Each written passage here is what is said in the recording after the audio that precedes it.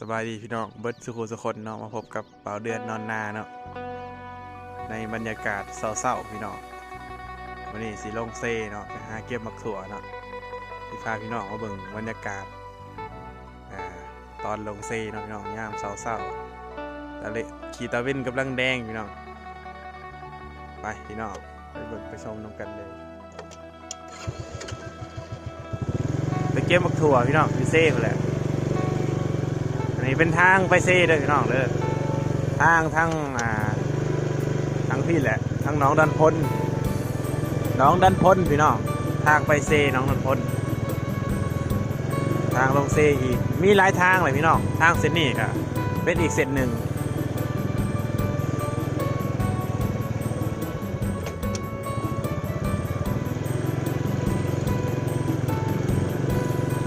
มันอาจจะมีดินทรายหลายเนี่ยเนาะถ่ายมือเดียวอาจสิกล้องอาจสิสั่นเนาะเพราะว่าผมมีคนถ่ายให้ถ่ายเอง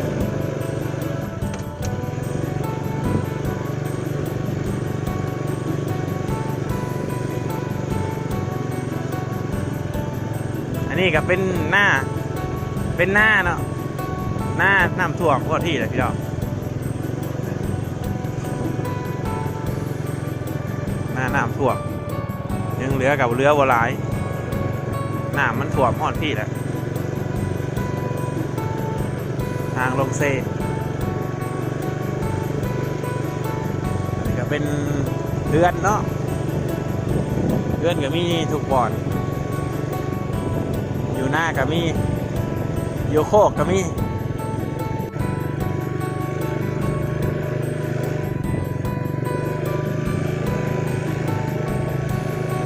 ทางอันนี้ก็เป็นทางแบบว่า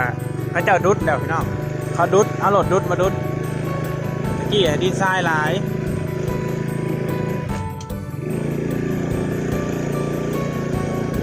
เขาดุดออกก็ไผ่เขาเจ้ากระดุดแหละทางบ่อนหน้าดุงสามเด้อนี่พี่น้อง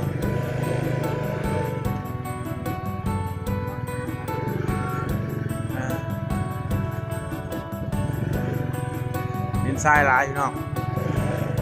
ระวังเจือกคอยเป็นคอยไป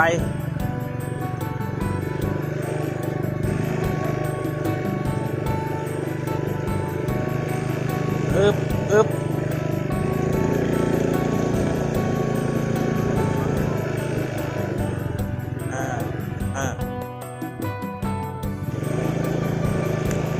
แป๊บหนึ่งมือเป็นตะคริว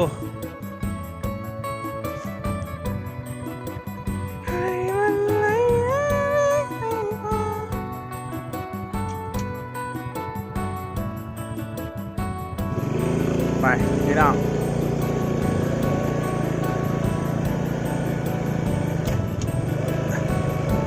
ไปต่อ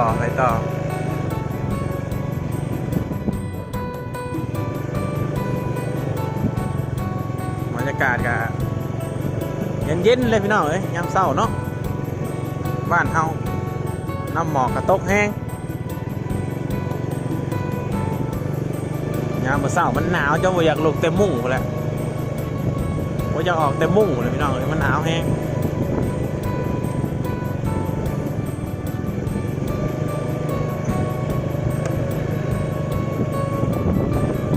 ลมกระซิ่งแห้งเลยเด้อพี่น้องอาจจะได้ยินแต่เสียงลมเบิ่งบรรยากาศเลย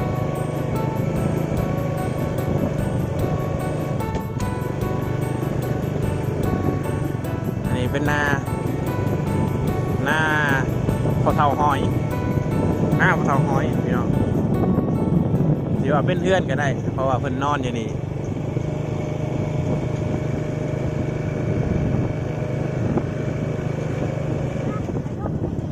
อันนี้ก็คือเฮือนพี่น้องไอ้พี่น้องเบิ่งเฮือนพี่น้องเพราะเป็นเฮือนพี่น้องอันนั้นก็คือเถียงพี่น้อง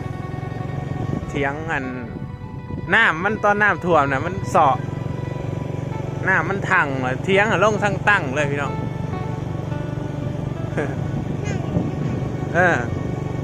ตอนน้ำท่วมนะ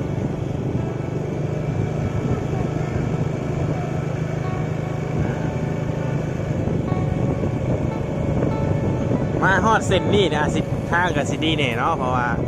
มันเป็นคันเทน่าใหญ่เนาะ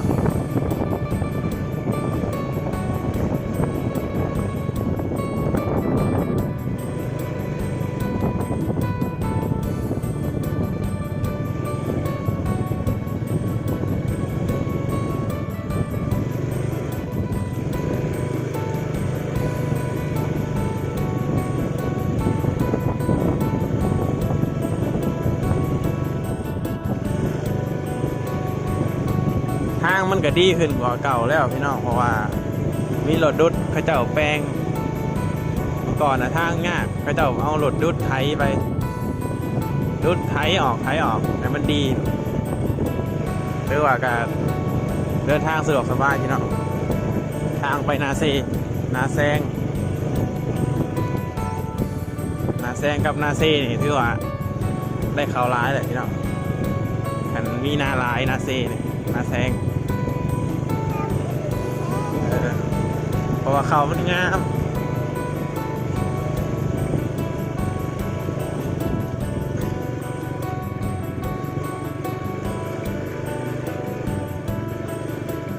บ่อนี่นะเมื่อก่อนนะทางอะไรเงี้ยพี่น้องเอ้ยเป็นน้องเป็นโศกเป็นเหวอันนี้ก็เป็นทางนะเขาหน้าเบาเดือนพี่น้องพูดเขาไปในหัวนี่อันนี้หน้าเขาเจ้าหน้าเขาหวานเอาอันนี้ฮะหน้าเขาดุดหวานเอาเมื่อก่อนก็เป็นป่าเขาเจ้าดุดแล้วนี่ฮะน้องนันพลนี่แค่น้องนันพลเขาเอิ้นว่าดอนไม้จอกพี่น้องดอนไม้จอกนี่แหละพี่น้องเขาเจ้ากระดุดแล้วแต่เมื่อก่อนนะป่าหกทางกับหญ้าเขาดุดแล้วเขาดุดแป้งเขาจงคนทางให้เนี่ยเขาเห็ดทั่วอ้อมไว้ย่านงัวเขาไปเหยียบควายเขาไปเหยียบ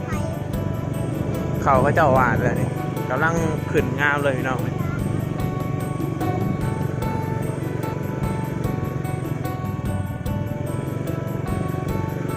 อันนี้ก็เป็นครัวพี่น้อง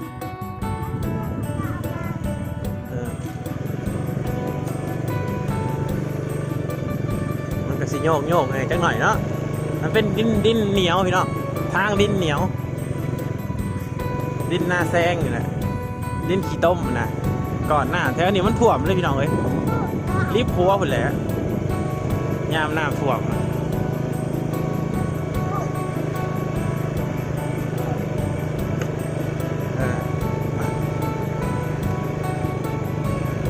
หรือว่าสะดวกสบายพี่น้องตอนเขาดุดใหม่ๆแต่ถ้าปีหน้านี่คันเขาบอกแป้งไห้นี่มันอาจจะยากเพราะว่าฝนตกลงมาเลยมันเห็นไห้ทางเปื้อนขี้ต้มมันกัดเละตุ่มเป๊ะเนาะเวลารถเขาเที่ยวปีหน้าอันนี้ปีนี้เขาจะดุดไห้แต่ปีหน้านี่ถ้าฝนตกลงมาเลยมันอาจจะเปื้อนอาจจะทางสิเพมันถ้าเบิ่งปีหน้าอันนี้เป็นฝุ่นเลยพี่น้องมันเป็นดินทรายหรอกฝุ่นพงๆนะถ้าเป็นดินทรายนี่ครับมือเดียวนี่พอไว้ได้พี่น้องเลย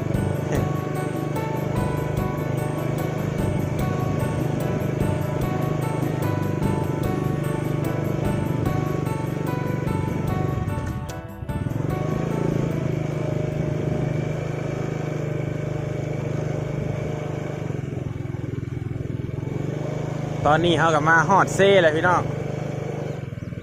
ฮอดเซ่แล้วน้ำเซ่เหมือนน้ำเซ่จำพรเลยพี่น้องเซ่จำพรอันนี้ก็เป็นสวนเป็นหาดตามแคมหน้าพี่น้องพระเจ้าเห็ดสวนบ่อเดือนก็อยู่ต้องพูนแหละ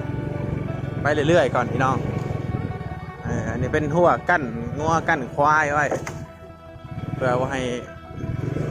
มันเขาไปกินเครื่องปลูกของฝังเนาะ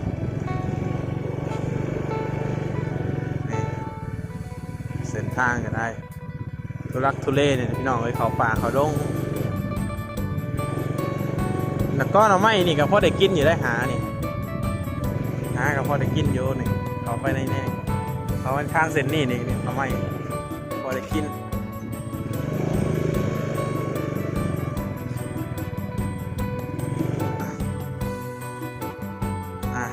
ฮอดบอลจอดเลยพี่น้องวันนี้ ถือเอาถุงแหยงหอมแล้วนี่ก็เป็นกบหมักเดือพี่น้องตอนข้าวออกมาผมได้เอาหมักเดือตอนข้าวว่าผมได้ต่อยเอาหมักเดือเนาะกินกับปลาแดกเห็นบอกพี่น้องหมักเดือ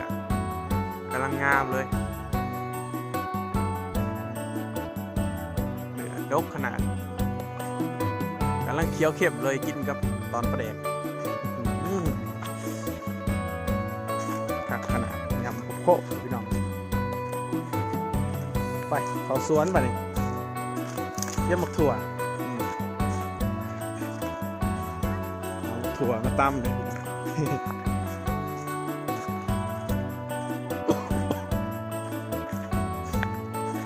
นี่เป็นถั่วไปย่านงัวมันเขาควายเขาทางประตูเขาถั่วก็จะสีร้ายสีหน่อยเลยพี่น้องนี่ยังพันเป็นหลายตัวที่ปลูกก่อนนะก็เป็นเลยตัวที่กำลังกันให้ก็ขึ้นยังหัวงามปันไหนบ่อนี่นะครับบ่ได้ปลูกเพราะว่ามีหญ้าหลายปลูกอยู่โลกมีหญ้าหลาย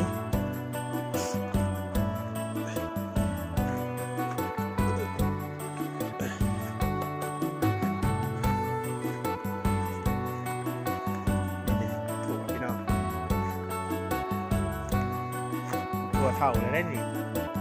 หมากตึงขนาดตัวนี้นั่นเลยตัวเท่าเลยลงมาเก็บไว้เนาะดีกว่าปล่อยมันเหี่ยวเสียเก็บเอาครับเอาถุงมาใส่อะถือเอา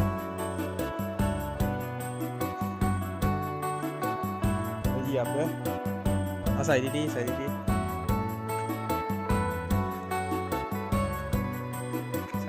ใส่ได้ทอนใส่กันทอนใส่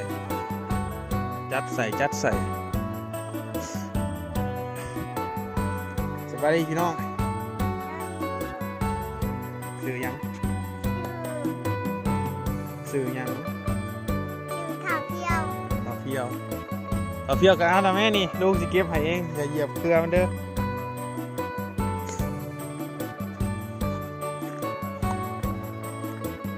ถั่วพี่น้องพอได้ตำมันยังโบราณพี่น้องกำลังขึ้นอยู่ปลูกอยู่ทั้งเอาทุกว่าทุกก็ใส่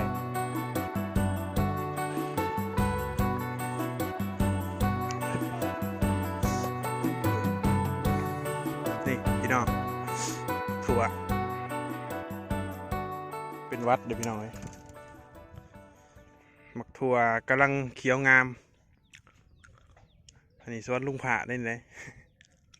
สวนลุงผ่ากับสวนพี่น้องกันเลยพี่น้องเก็บกินได้บ่ว่ากันบรรยากาศอยู่เซ่พี่น้องอันนี้กับถั่วกำลังขึ้น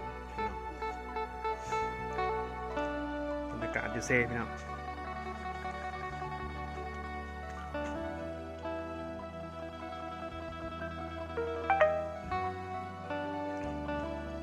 มีคนกลางมอง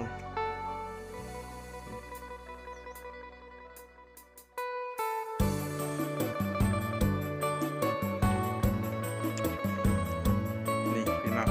ได้ร้ายอยู่เก็บพอได้เมื่อตำพี่น้องจริงๆก็อยากเก็บร้ายกว่านี้ก็ได้เนาะแต่ว่าพอได้เมื่อตำได้ร้ายอยู่ไปกลับบาทนี้เมื่อโอเคพี่น้องตอนนี้ก็มาฮอดเที่ยงแล้วตอนคากลับบ่ได้ถ่ายให้พี่น้องเบิ่งเนาะโอเคพี่น้องก็ขอจบคลิปไว้เท่านี้ก่อนเนาะคลิปหน้าพบกันใหม่ขอกล่าวคำว่าสบายดี